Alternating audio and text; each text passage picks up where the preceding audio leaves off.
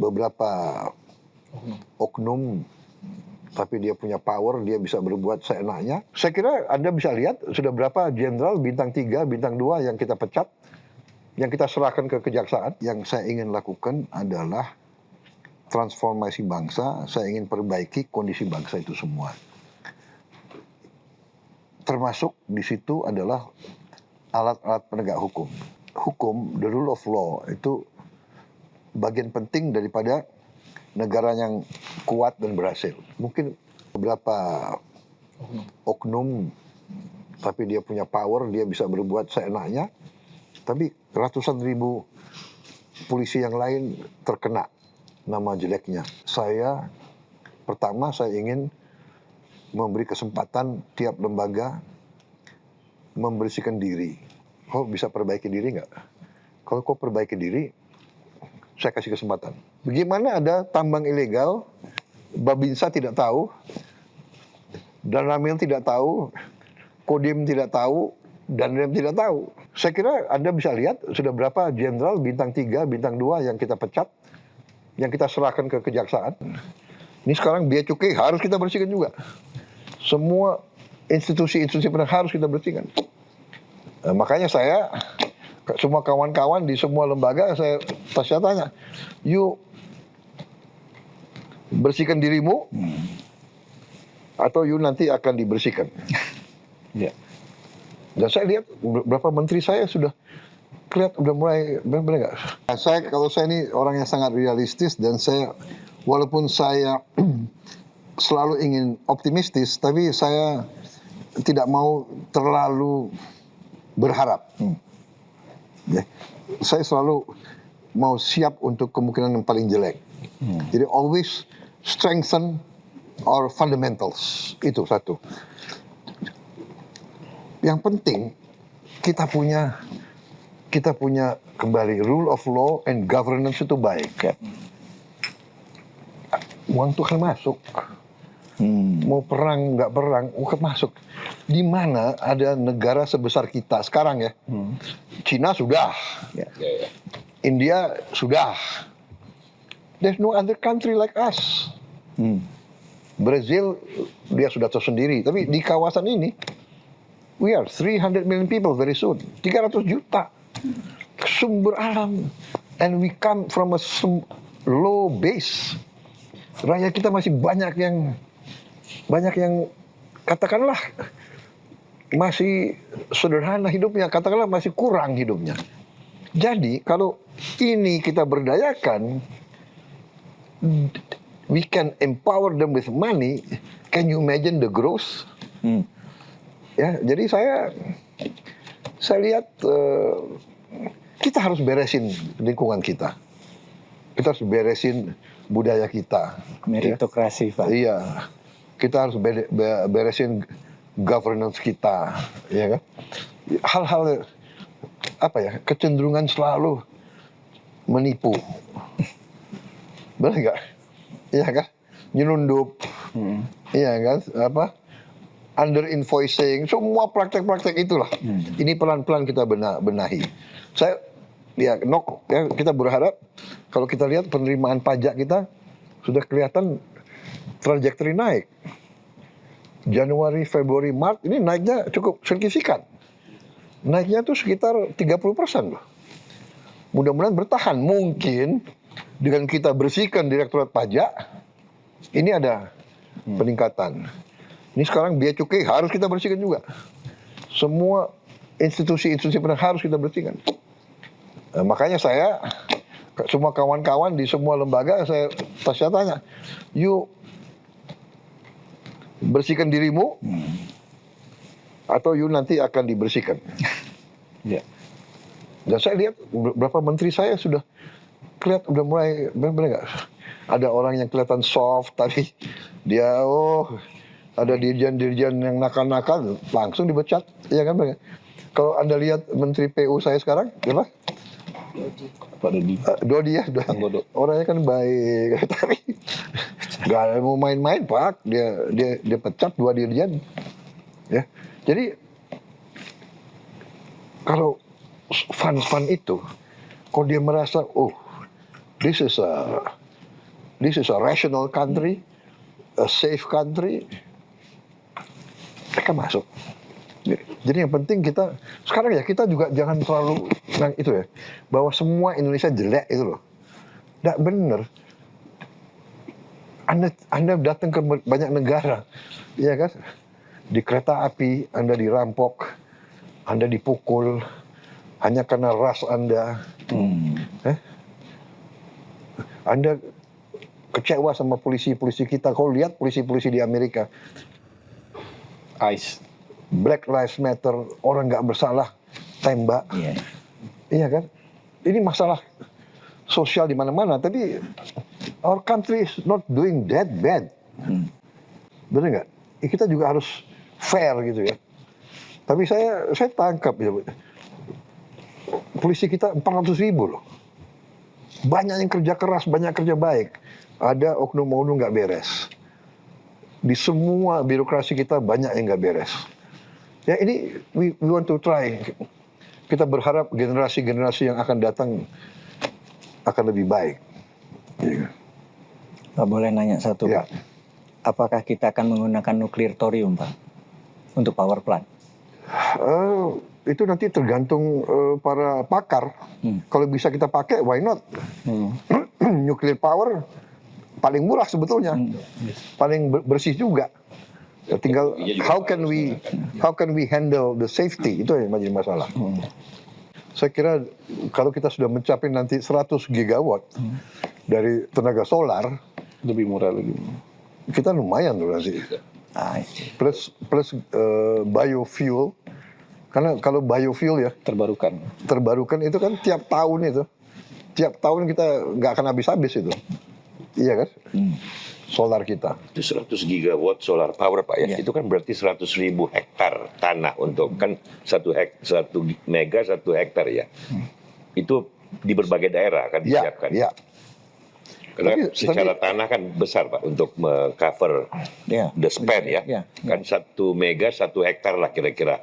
Iya, kan kita punya 80.000, 90.000 desa. Kalau desa di luar Jawa untuk cari 1 hektar Besar-besar itu nggak ada masalah. Kalau di dalam Jawa kita sudah hitung, kita punya banyak tanah, ya kan?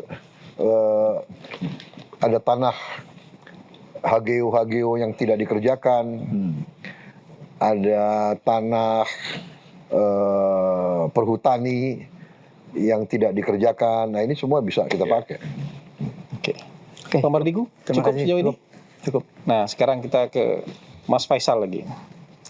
Ya, makasih Ya. Pak Prabowo. Di round kedua ini saya ingin melanjutkan tadi yang Bapak sebutkan di round pertama masalah industrialisasi, Pak. Ya. Nah, jadi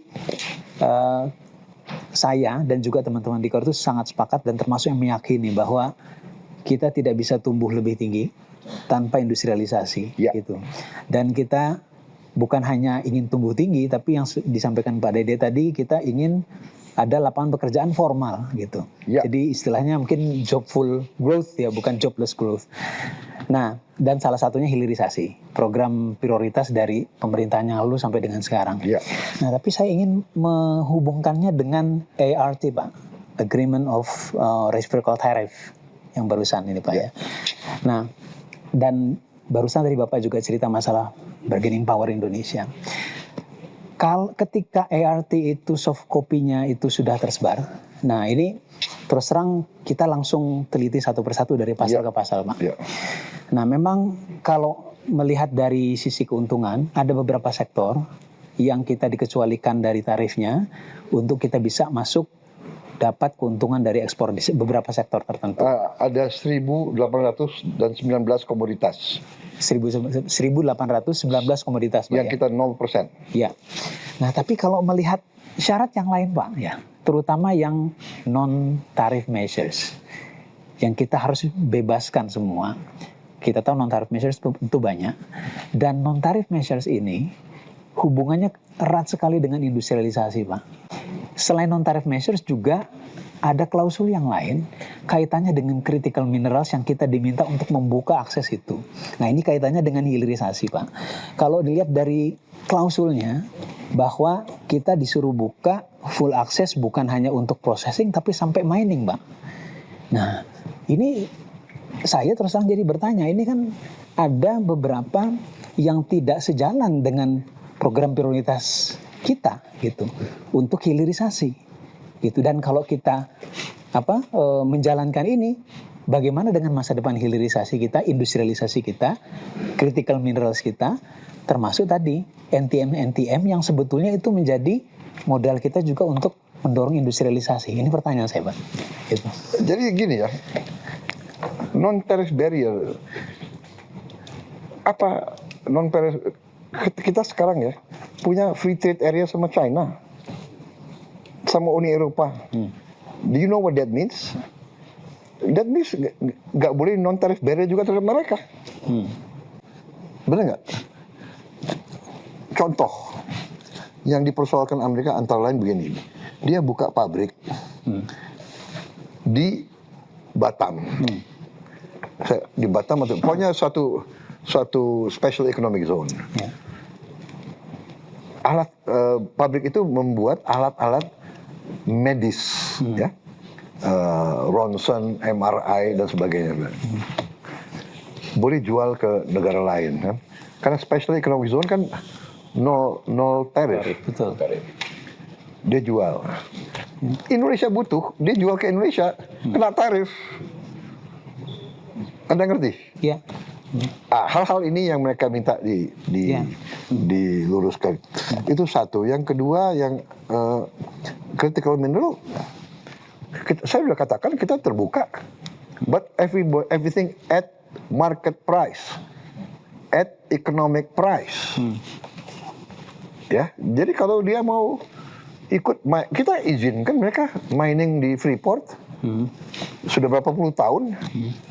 Freeport sekarang menghasilkan salah satu revenue kita yang paling besar. Kita izinkan.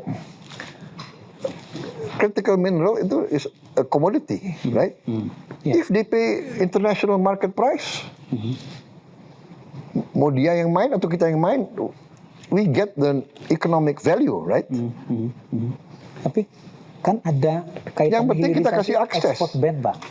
Ekspor ban dari critical minerals yang komoditas itu kan jadi Siapa yang modal ban? kita untuk Yang ban siapa? yang nikel, Pak, contohnya. Hah? Bahan mentahnya kan kita tidak. Oh iya, bahan mentah kita minta di processing. Kalau dia mau mining dan proses di sini tetap dong. Ya. Wah, itu dasar hilirisasi, processing di Indonesia. Nggak ada, nggak mungkin. Tapi kalau dia mau main dan dia mau proses di Indonesia, bagus nggak? Bagus. Artinya itu tidak malah bagus kalau itu. tidak barang mentah yang di. Tapi yang penting kan dia minta akses. Kita nggak tutup akses. Tapi dia have to pay market price, international market price. Mau Antam yang ini apa? Yang main mau apa kan begitu? Iya kan? Ya. Kalau kaitannya NTM yang local content bagaimana, Pak? Karena itu kan di kita local content requirements TKDN itu kan bagian dari kita membangun EV. Banyak industri pakai itu. Iya. Itu kan bagian dari NTM kita. Oh ya, saya mau bangun 100% di Indonesia kok. EV, mobil. Masalahnya adalah kita harus industrialisasi. All these non-tariff barriers kan untuk melindungi apa? Kita nggak punya industrinya kok. Kita punya industri mobil, kan nggak ada. Dengan segala hormat loh. Jepang sudah berapa puluh tahun di Indonesia. Itu kan basically ya produk Jepang gitu kan. Ya sekarang kita yang penting harus industrialisasi. Kita harus bikin pabrik motor. Kita harus bikin pabrik mobil. That's where we get the real margin gitu loh. The real value add. Jadi tim saya juga cukup, nggak mungkin lah kita akan korbankan kepentingan nasional kita. Nggak ada masalah bagi kita. Nggak mungkin. Share like a comment. Subscribe, share like a comment. Subscribe, share like a comment. Subscribe, share like a comment. Subscribe, share, like, and comment.